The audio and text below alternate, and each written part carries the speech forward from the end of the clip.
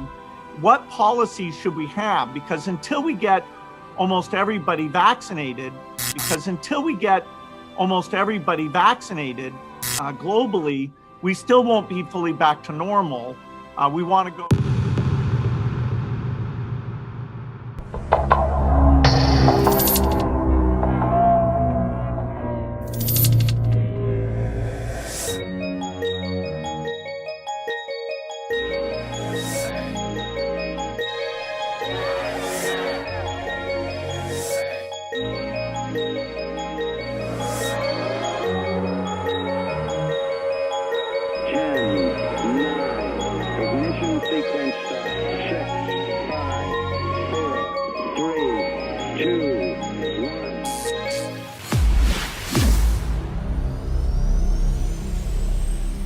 Bonjour à tous et bienvenue dans le Call and Show. Donc aujourd'hui, une deuxième capsule là, pour la semaine du 12 août. Donc de quoi je vais vous parler aujourd'hui? Je veux vous parler de Bill Gates. Donc je sais que certains d'entre vous, vous avez vu un peu sur les grands médias comment on ridiculise les gens qui parlent de Bill Gates, qui parlent de l'implication de Bill Gates dans cette saga du coronavirus. On dirait que je voulais être vraiment informé. Puis là, j'ai arrêté de regarder les nouvelles. Je suis juste les statuts Facebook de Lucie Laurier. Et les gens semblent penser que Bill Gates est une espèce d'être bien pensant, une espèce de Papa Noël qui est là pour justement, qui se soucie de la santé des gens. Écoutez, je ne connais pas le cœur du mec, mais en tout cas, chose certaine, j'aimerais vous parler de la narrative de Bill Gates et de qu'est-ce qui se passe en ce moment, quelle est son implication dans la saga du coronavirus, parce que c'est très très simple. C'est que si vous ne comprenez pas le rôle de Bill Gates, si vous ne comprenez pas le rôle de l'OMS et le rôle des grands médias dans cette saga du coronavirus, vous ne comprenez pas ce qui se passe. Donc c'est très très difficile de comprendre pourquoi est-ce que les gouvernements s'acharnent à nous parler du masque, par exemple? Pourquoi les gouvernements nous parlent de vaccins? C'est très difficile de comprendre, par exemple, pourquoi l'OMS refusait d'entendre parler de la chloroquine. Et ils ont été même jusqu'à produire un document, une recherche, une fausse recherche, pour discréditer la chloroquine. Je vais vous dresser un panorama de la situation actuelle pour qu'on puisse comprendre là, qui bouge les pions, qui tire les ficelles et pourquoi certaines actions gouvernementales sont de sorte que, par exemple, aujourd'hui, on veut masquer nos enfants. Donc, on parle de masquer quand même des enfants de 10 ans, 12 ans. C'est absolument ridicule. Donc, ce qui est paradoxal dans cette situation-là, c'est que, je vous l'ai dit il y a peut-être, je pense qu'il y a 2-3 épisodes, je vous ai dit, le gouvernement nous a tellement mélangés avec des contradictions sur presque tous les éléments du coronavirus que les gens sont carrément perdus et les gens n'ont plus de pensée critique. Donc, on assume, on prend pour acquis là, tout ce qu'on nous dit, on prend pour acquis un Bill Gates, on prend pour acquis l'OMS, on prend pour acquis ce que le gouvernement nous dit, un peu comme si ces gens-là sont parfaits, ne mentent jamais et que leurs intentions sont toujours bonnes. Alors que lorsque je vais vous montrer le panorama que je vais vous montrer, vous allez réaliser que les hommes sont les hommes. Donc, c'est-à-dire que les gens ont des intérêts et les gens ont des choses à gagner dans certaines transactions, même lorsqu'il s'agit de la santé publique. Donc, je vous montre ça tout de suite. Donc, voilà le panorama que je voulais vous montrer. Le panorama, je l'ai intitulé « Coronavirus, la transaction médico-financière de Bill Gates » parce que c'est une transaction financière, figurez-vous donc. Donc, toute cette histoire-là, c'est une histoire d'argent. Donc, regardez bien, à la gauche, je vous présente donc les principaux contributeurs de l'OMS. Et là, j'invente pas ça là. Pour ceux j'ai vu des gens qui narguaient Madame Laurier pour ses propos parce que bon, elle parle de l'implication de Bill Gates dans toute cette histoire-là et les gens, les grands médias rient d'elle. Donc, elle est la risée en ce moment, les grands médias.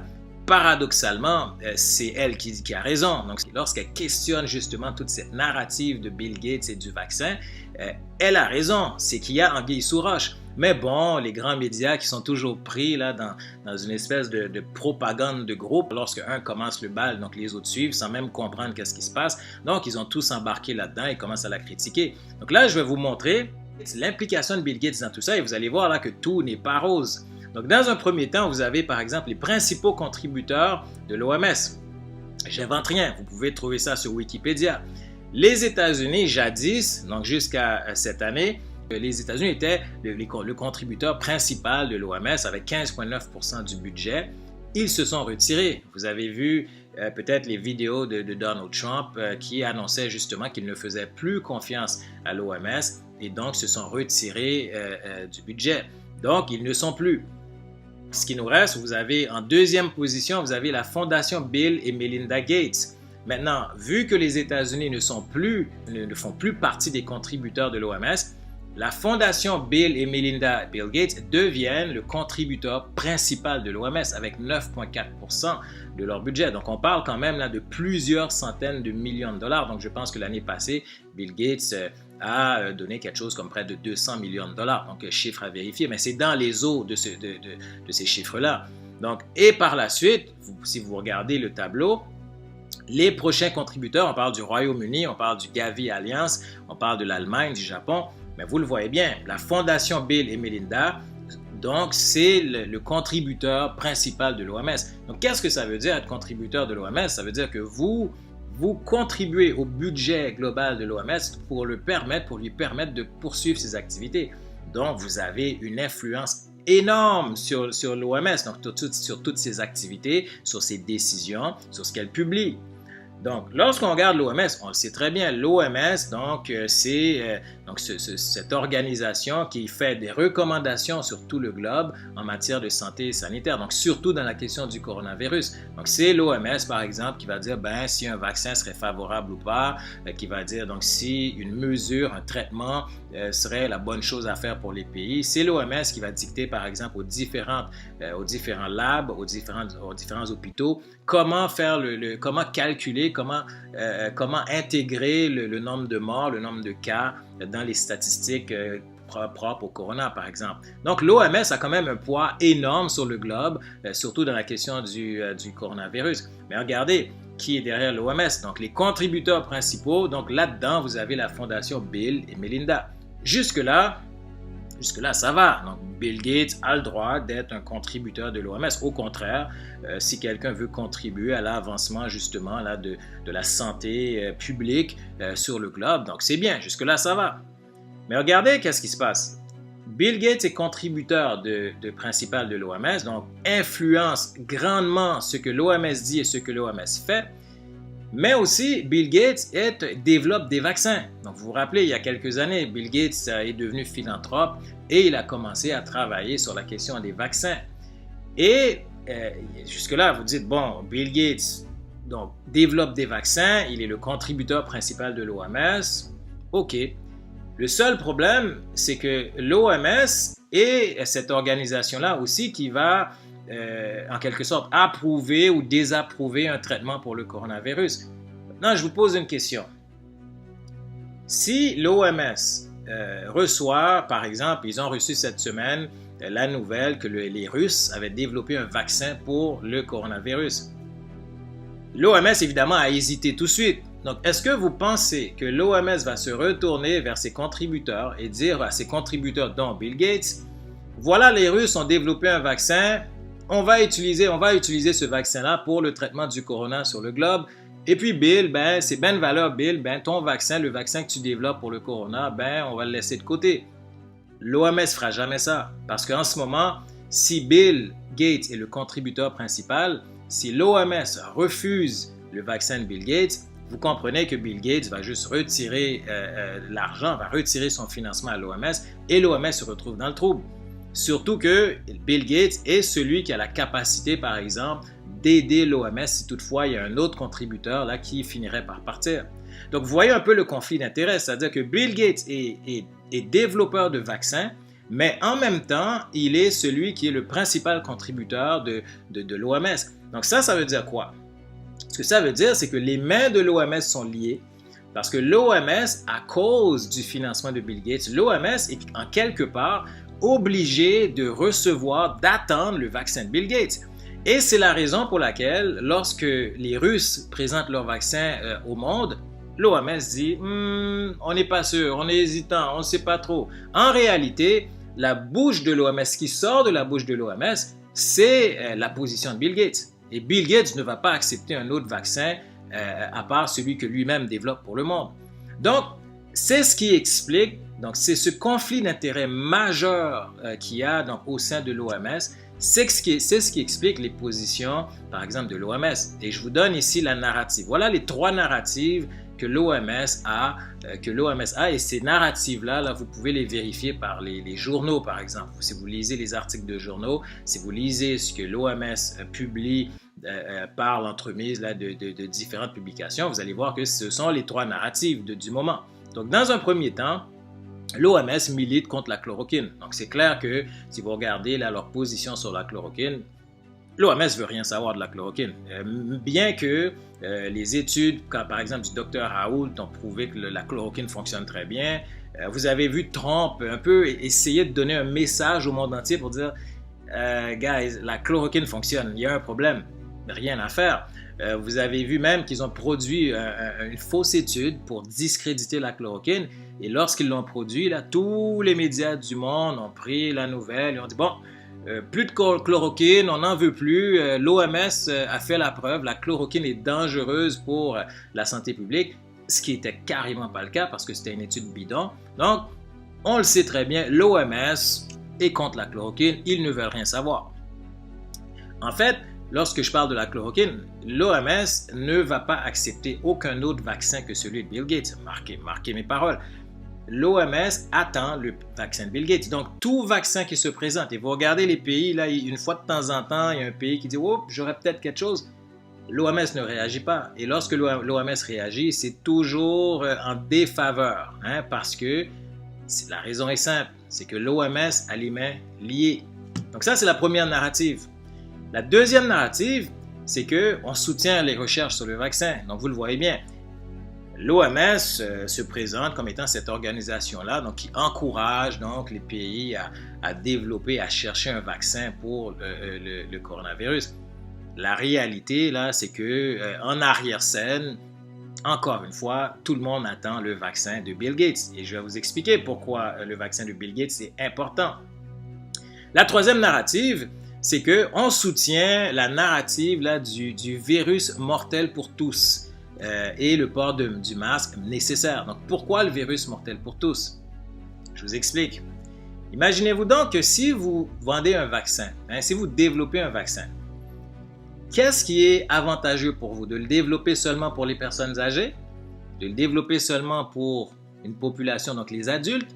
Ou de le développer pour le plus de personnes possible?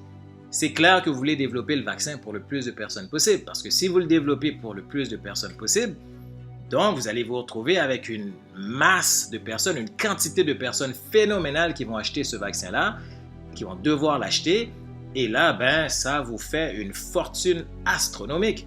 Voilà la raison pour laquelle, dans les médias, on a commencé à vous dire, ben, le virus est mortel pour les aînés. Par la suite, on a dit, oh, c'est pas juste pour les aînés. Ah, aussi, hein, les adultes, les moins jeunes aussi, on peut attraper le virus et en mourir.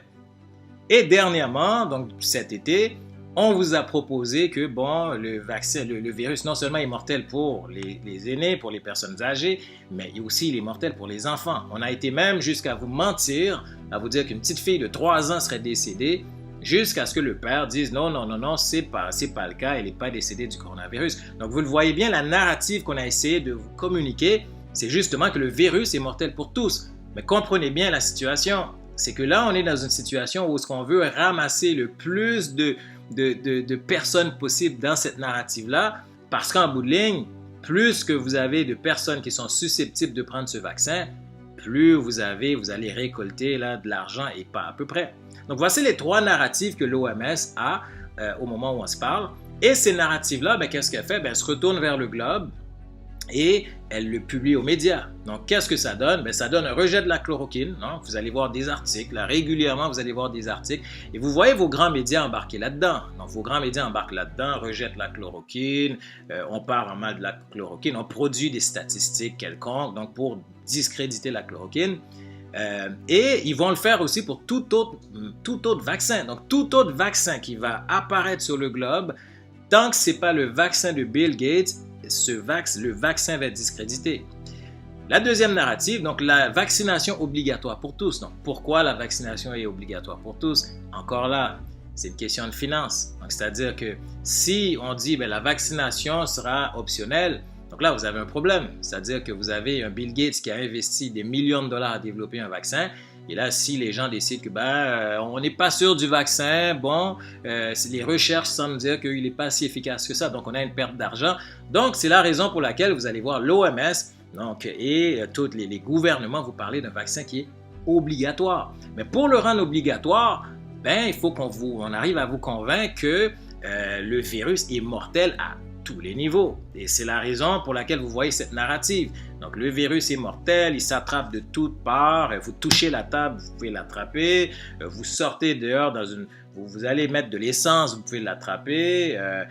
Donc, vous buvez de l'eau, vous pouvez l'attraper. Vous allez à la salle de bain, vous pouvez l'attraper. Vous parlez avec quelqu'un donc sur un parc, vous pouvez l'attraper. Donc, c'est la raison pour laquelle on vous donne cette perception que le virus est tellement mortel qu'il faut absolument trouver un vaccin et il est tellement mortel et se propage tellement rapidement et à grande échelle qu'il faut un vaccin pour absolument tout le globe. En fait, ces trois narratives-là, c'est le projet de Bill Gates, essentiellement. Donc, c'est Bill Gates qui s'est donné un projet de développer des vaccins qui vont être distribués sur le globe en entier. Maintenant, vous pouvez comprendre l'aboutissement de tout ça. Donc, si Bill Gates réussit à développer des vaccins qu'il distribue sur le globe en entier, c'est beaucoup de monde, c'est beaucoup d'argent. Et d'après moi, ça sera la transaction économique la plus extraordinaire de toute l'histoire des temps. Là. La fortune de Bill Gates va être multipliée par Dieu sait combien d'argent. Donc, vous voyez un peu le panorama. Donc, ce que tout ça représente, c'est une transaction médico-financière qui vient directement de Bill Gates, évidemment pour que les gouvernements y participent, pour que tout le monde soit en coalition. D'après moi, et j'ai pas de preuves là-dessus, mais d'après moi, la fondation Bill Gates, l'OMS, il y a probablement une espèce de système de distribution de profits là-dedans, où il y a quelque chose là pour que les gouvernements, il doit y avoir un petit quelque chose pour eux là-dedans. Donc, Dieu sait quoi, on n'a pas encore les détails, mais chose certaine, pour que tout le monde soit en coalition comme ça avec un Bill Gates, c'est parce que donc on a une machine, on a une organisation, tout ça est ficelé ensemble. Donc, à ce stade-ci, maintenant, vous comprenez pourquoi c'est aussi important que de masquer absolument tout le monde. Donc, pas juste les adultes, pas juste nos aînés, mais vraiment tout le monde. Parce que l'idée là-dedans, c'est de convaincre la population mondiale que le virus est tellement dangereux que, il faut masquer tout le monde, donc que ce soit à l'extérieur, à l'intérieur, dans les lieux publics. Et une fois que toute la population sera masquée, là, on vient de faire la preuve que le virus est absolument dangereux partout et pour tout le monde. Donc, convaincre les gens d'un vaccin qui va justement nous aider à retrouver notre monde, l'ancien monde si vous voulez. Bingo, le jeu est fait. Donc voilà, j'espère que ce panorama vous a aidé plusieurs d'entre vous à comprendre la situation parce que là, on est carrément en conflit d'intérêts. Et en fait, ce qui arrive, c'est que le danger nous guette. Là. Donc, avec quelqu'un comme ça, avec un projet comme ça, où ce que littéralement, on veut vacciner tout le globe. Et quand je vous dis qu'on veut vacciner tout le globe, c'est pas parce que le vaccin est si efficace que ça. D'ailleurs, Bill Gates lui-même, l'organisation nous annonce que le vaccin ne sera pas nécessairement efficace pour tous. Donc, vous voyez bien. Donc, le danger nous guette presque toute la population, pour ne pas dire toute la population. Et je vous prédis que pour justement faire suite à ce que je viens de vous présenter, je vous prédis que là, ils veulent masquer nos enfants de 10, 11, 12 ans, mais je vous prédis qu'ils vont aller plus loin. Là. Ils vont descendre l'âge là, à 10, 9, 8, 7. Donc, ça va continuer parce que, je vous le dis, l'idée là-dedans, c'est de vacciner le plus de personnes possible. Maintenant, est-ce qu'ils vont aller jusqu'à masquer nos nourrissons? Ils pourraient le faire. Donc, vous avez vu, là, on nous avait dit qu'il allait y avoir un confinement de 2 semaines. Ça s'est transformé en plusieurs mois. On nous avait dit que, il fallait protéger nos aînés, que c'était les aînés qu'il fallait protéger, qu'on allait mettre des mesures en place et que les enfants n'étaient pas touchés par le corona. Regardez ce qu'ils vous disent aujourd'hui. Ils vous disent que les enfants aussi peuvent mourir du corona. Donc, cet été, ils ont même fermé des camps de jour. Donc, où on avait trouvé des cas de corona. Donc, parmi les enfants qui étaient carrément asymptomatiques, et ils ont fermé les camps de jour pour ça. Donc, vous voyez un peu jusqu'à où ils sont prêts à aller pour suivre cette narrative-là. Donc, nous sommes en danger. Et je pense que à ce stade-ci, là, donc c'est le temps de manifester, là, de montrer notre désaccord donc justement avec ces mesures draconiennes du gouvernement, parce que là, on est allé beaucoup trop loin. Là, on masque nos enfants. Et si on ne réagit pas, je vous dirais, c'est un peu comme si on vendait nos enfants au gouvernement. Là, on ne peut pas laisser les gouvernements faire n'importe quoi à nos enfants. Nos enfants qui vont porter des masques, les jeunes sont actifs, courent un peu partout, veulent socialiser. Et là, vous allez avoir des jeunes de 11, 12 ans avec des masques. Comment est-ce qu'ils vont socialiser correctement? Donc, on est dans une catastrophe ici. Je vous annonce aussi qu'il y a une manifestation samedi le 15 août, donc c'est le temps de manifester votre désaccord. Moi, je vais être là, donc j'espère que vous allez y être. Vraiment, là, venez en grand nombre pour manifester, parce que là, c'est le temps que les choses bougent. Donc, avant de vous laisser, j'aimerais ça remercier quelques personnes là, pour le support qu'ils donnent à ma chaîne. Donc, c'est sûr que je n'ai pas le loisir de nommer tout le monde, mais je voulais prendre quand même quelques secondes pour nommer quelques personnes. Liliane Rollin, Renise Joseph, Alexandre Caron, Mario Massicotte, François-Charles Turcotte, Christine Simard. Donc, un grand merci pour votre support. Donc, voilà pour aujourd'hui. Donc, je vous souhaite une merveilleuse journée et hasta la vista.